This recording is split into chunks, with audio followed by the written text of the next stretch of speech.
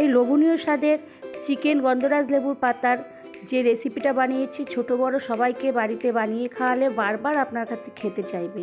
Bong kitchen with Banani চ্যানেলে সবাইকে জানাই স্বাগত। আমি যে আজকে চিকেনটা করব তার জন্যে যা যা উপকরণ লাগবে দেখাচ্ছি। চিনি, হলুদ, লঙ্কার গুঁড়ো, লবণ, রসুন, টমেটো, পেঁয়াজ কুচি, আলু, গন্ধরাজ লেবু পাতা যেটা মেন জিনিস, এবং টমেটো। প্রথমে কড়াই নিলাম, এবার গ্যাস জ্বালিয়ে তার মধ্যে কড়াইটা গরম হলে তেল দিয়ে দিলাম। তেল দেওয়ার পরে তেলটা গরম হলে এবার আমি কি করব, একটা মিক্সিং বোল নিয়ে নেব, তার মধ্যে আদা, রসুন এবং টমেটো এইগুলো দিয়ে আমি ওটাকে মিক্সড করব। এদিকে কড়াইটা তেলটা ভালোই গরম হয়ে গেছে, আমি সঙ্গে সঙ্গে কি করব, পেঁয়াজটাকে ছেড়ে দেব। পেঁয়াজটা একটু লাল লাল করে ভেজে নেব।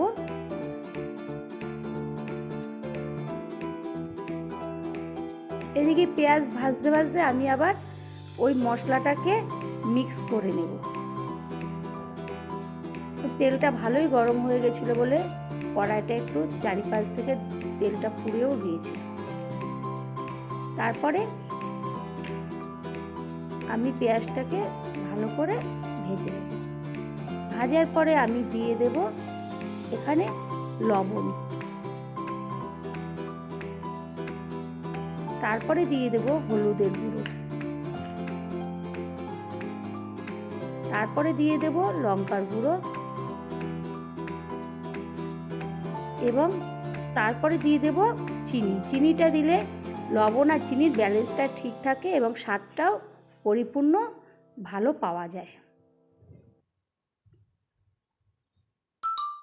এইদিকে মশলাটা আমি করে নিয়েছিলাম, সেটাকে আমি এখন কড়াইয়ের মধ্যে মিশিয়ে দিলাম।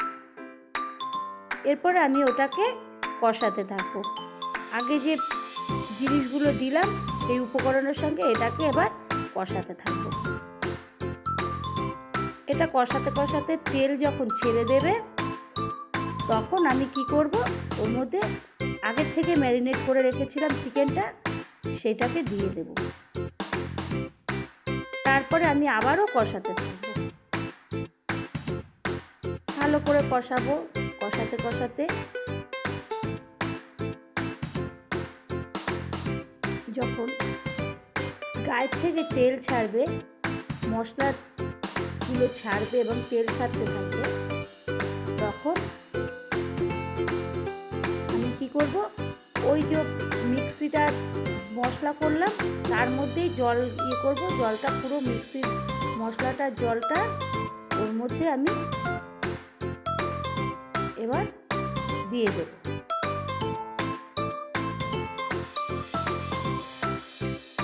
আবার একটু নাড়িয়ে নেব।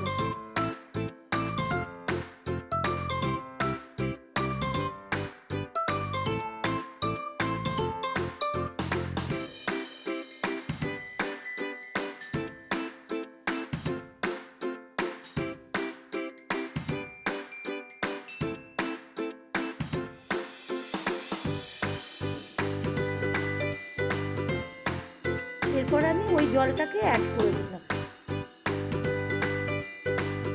এরপর দিয়ে দেবো আলু,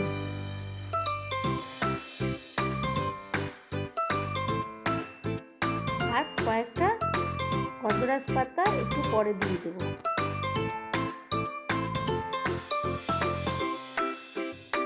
আলুটাকে দিয়ে আবারও কষাতে থাকবো। জলটাকে কিছুক্ষণ বাদে দেবো। আমি মশলা ধোয়া জলটাকে রেখে দিলাম, এখনো দেইনি, কিন্তু একটু বাদে দেবো।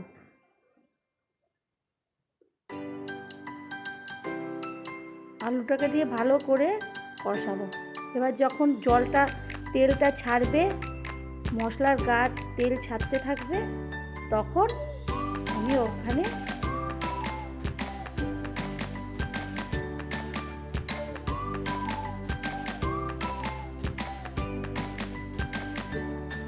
মশলা ধোয়া জলটাকে দিয়ে দেব।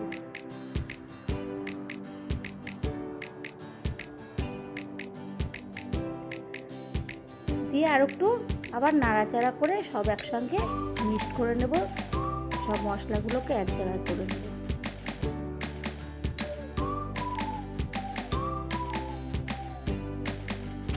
এরপর একটু ফুটবে, একটু ফোটার পরে আমি কি করব, একটা ঢাকনা দিয়ে ঢেকে দেব।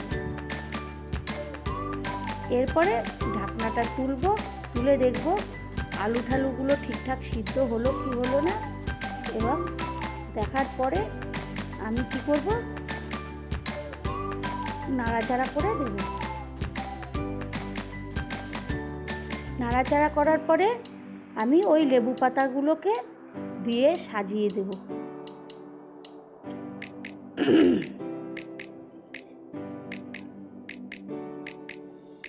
এটাই মূল উপকরণ লেবু পাতা, সেটাকে এখন দিয়ে দেবো, না নয় তো লেবু পাতাগুলো না দিলে গন্ধটা ঠিকঠাক করে আসবে না। ওর জন্য ওটা দিয়ে আমি কি করব, এবার আর একটু চাপা দিয়ে দেব।